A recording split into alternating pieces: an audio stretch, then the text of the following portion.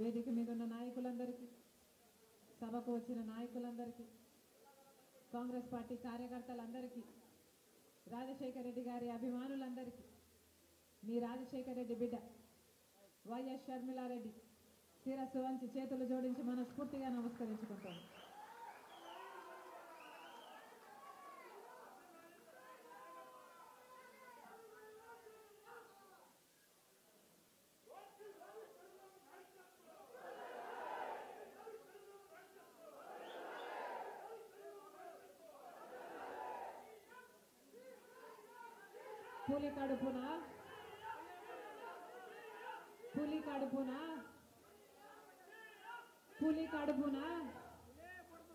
పులి కడుపున పులే పుడుతుంది.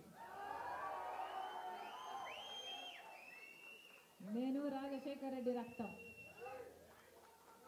ఎవరు కాదన్నా ఎవరు అవునన్నా నేను రాజశేఖర రెడ్డి రక్తమే. ఎవరు కాదన్నా ఎవరు అవునన్నా నేను వైఎస్ షర్మిలారెడ్డి.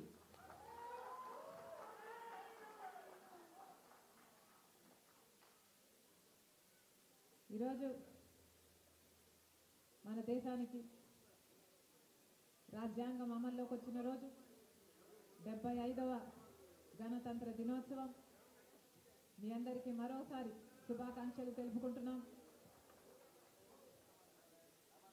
ఇక్కడ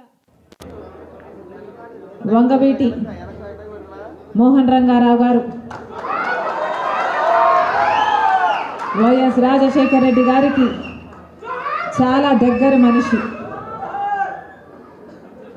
ఆయన నిరాహార దీక్ష చేస్తుండగా ఆయనను చంపడం జరిగింది.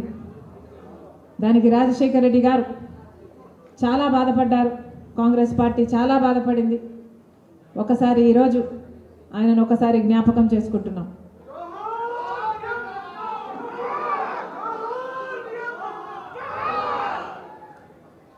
నా మీద నమ్మకం ఉంచి ఆర్కే అన్నగారు కాంగ్రెస్ పార్టీలో చేరడం జరిగింది. మరొకసారి రాజశేఖర రెడ్డి గారిని అభిమానించే నాయకులు, రాజశేఖర రెడ్డి గారి ఆశయాల కోసం నిలబడే నాయకుల్ని మరొకసారి రాజశేఖర రెడ్డి బిడ్డ మనస్ఫూర్తిగా స్వాగతిస్తూ నమస్కరించుకుంటోంది. రాజశేఖర రెడ్డి గారి అభిమానించే వాళ్ళు రాజశేఖర రెడ్డి గారి ఆశయాలను కూడా కాపాడాల్సిన బాధ్యత ఉంది. ఇక్కడ విజయవాడలో నిలబడి ఈరోజు ఆంధ్ర రాష్ట్ర ప్రజలకు రాజశేఖర రెడ్డి గారి అభిమానులందరికీ, రాజశేఖర రెడ్డి గారిని అభిమానించే నాయకులు కావచ్చు, రాజశేఖర రెడ్డి గారిని అభిమానించే ప్రజలు కావచ్చు, రాజశేఖర రెడ్డి గారిని అభిమానించే రైతులైనా, మహిళలైనా, యువకులైనా, రాజశేఖర రెడ్డి గారిని అభిమానించే ప్రతి ఒక్కరికి రాజశేఖర రెడ్డి గారి ఆశయాలను కూడా కాపాడవలసిన బాధ్యత ఉంది అని రాజశేఖర రెడ్డి బిడ్డ ఇక్కడ నిలబడి ఈ రోజున, ఈ పవిత్ర దినమున, గణతంత్ర దినోత్సవ దినమున మన జెండా సాక్షిగా రాజశేఖర రెడ్డి గారిని ఆశయాలను నిలబెట్టడానికి చెయ్యి చెయ్యి కల్పమని మనస్ఫూర్తిగా ఆహ్వానిస్తుంది.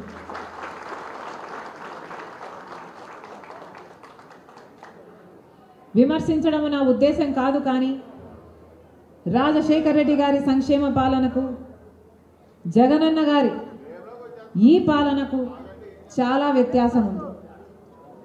రాజశేఖర రెడ్డి గారు ఇరిగేషన్ కోసం జలయజ్ఞంలో భాగంగా, రాజశేఖర రెడ్డి గారికి నిజంగా జలయజ్ఞం అంటే ఎంత దగ్గరో, ఎంత మనసు పెట్టి ఆ ప్రాజెక్టును రూపొందించారో, జలయజ్ఞం కోసం ఎంత తప్పించారో మీ అందరికీ తెలుసు, రాష్ట్ర ప్రజలందరికీ తెలుసు. రాజశేఖర రెడ్డి గారు ఇరిగేషన్ కోసం ఆయన అధికారంలో ఉన్న 5 సంవత్సరాలు ఇరిగేషన్ కోసం దాదాపు 15% నుంచి 17% వరకు బడ్జెట్లో కేటాయింపులు చేశారు. అంతా ఇరిగేషన్ కోసమే, ఇరిగేషన్ ప్రాజెక్టుల కోసమే ఖర్చు పెట్టారు. కనుకనే ఆ రోజు ఎన్నో ప్రాజెక్టులు నిజరూపం దాల్చాయి.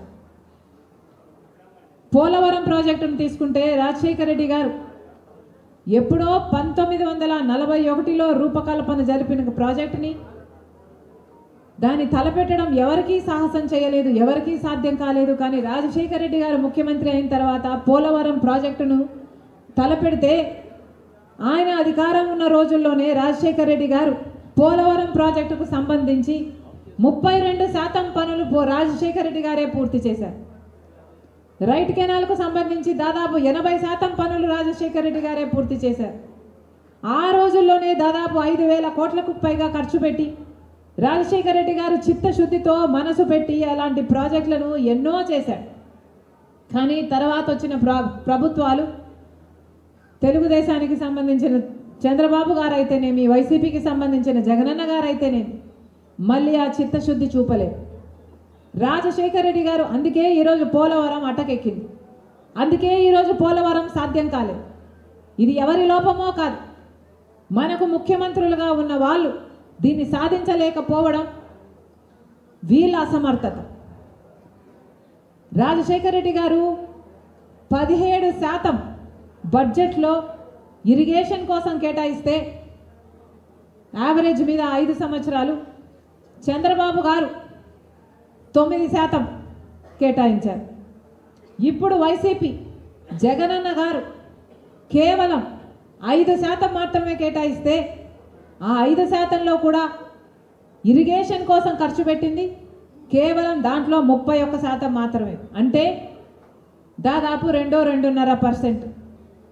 రాజశేఖర రెడ్డి గారు బడ్జెట్లో ఇరిగేషన్ కోసము 17% కేటాయిస్తే జగనన్న గారు కేవలం 2.5% మాత్రమే బడ్జెట్లో ఖర్చులు పెడుతున్నారు. ఇది ఎంత అవమానం! మరి రాజశేఖర రెడ్డి గారి సంక్షేమ పాలనకు జగనన్న పాలనకు పొంతన ఉందా? పోలిక ఉందా? నక్కకు నాగలోకానికి ఉన్నంత తేడా ఉంది, ఆకాశానికి భూమికి ఉన్నంత తేడా ఉంది. రాజశేఖర రెడ్డి గారి హయాంలో రైతే రాజు, రాజశేఖర రెడ్డి గారి హయాంలో వ్యవసాయము పండగ, రాజశేఖర రెడ్డి గారి హయాంలో రైతులకు ఏ అవసరం వచ్చినా ఆదుకున్నాడు. ఇన్పుట్ సబ్సిడీ ఇచ్చాడు, విత్తనాల మీద సబ్సిడీ ఇచ్చాడు, డ్రిప్పుల మీద సబ్సిడీ ఇచ్చాడు, ఇంప్లిమెంట్స్ మీద సబ్సిడీ ఇచ్చాడు. పంట నష్టపోతే అద్భుతంగా పంట నష్టపరిహారం కూడా చెల్లించాడు రాజశేఖర రెడ్డి గారు. మరి ఇప్పుడు జగనన్న గారు ముఖ్యమంత్రిగా ఉండి అసలు రైతులకు ఏ రకంగా అయినా సహాయం చేస్తున్నాడా అంటే రాజశేఖర రెడ్డి గారితో పోల్చుకుంటే 0. అసలు రైతులకి పంట వేసుకోవడం దండగా అన్న పరిస్థితికి వచ్చారు. ఒక్క సబ్సిడీలు లేవు, రుణమాఫీ లేదు, కనీసం పంట నష్టపోతే పంట నష్టపరిహారం కూడా లేదు. ఇక రైతుకు భరోసా ఎక్కడిది? మరి రాజశేఖర రెడ్డి గారి సంక్షేమ పాలనకు జగనన్న పాలనకు ఎంత తేడా ఉంది? ఫీజు రీయింబర్స్మెంట్ రాజశేఖర రెడ్డి గారు కల. రాజశేఖర రెడ్డి గారు చెప్పిన మాట ఒక డైలాగ్ మళ్ళీ గుర్తు చేస్తా. పేద బిడ్డలు ఏది కావాలంటే అది చదువుకోండి, మీరు డాక్టర్ అవుతారా, మీరు ఇంజనీర్ అవుతారా, మీరు MBA చేస్తారా, మీరు MCA చేస్తారా, మీరు ఏది కావాలంటే అది చదువుకోండి, ప్రభుత్వమే ఉచితంగా చదివిస్తుంది అన్నాడు. అంత భరోసా కల్పించాడు రాజశేఖర రెడ్డి గారు. ఇప్పుడు ఫీజు రీయింబర్స్మెంట్ ఊసేలేదు.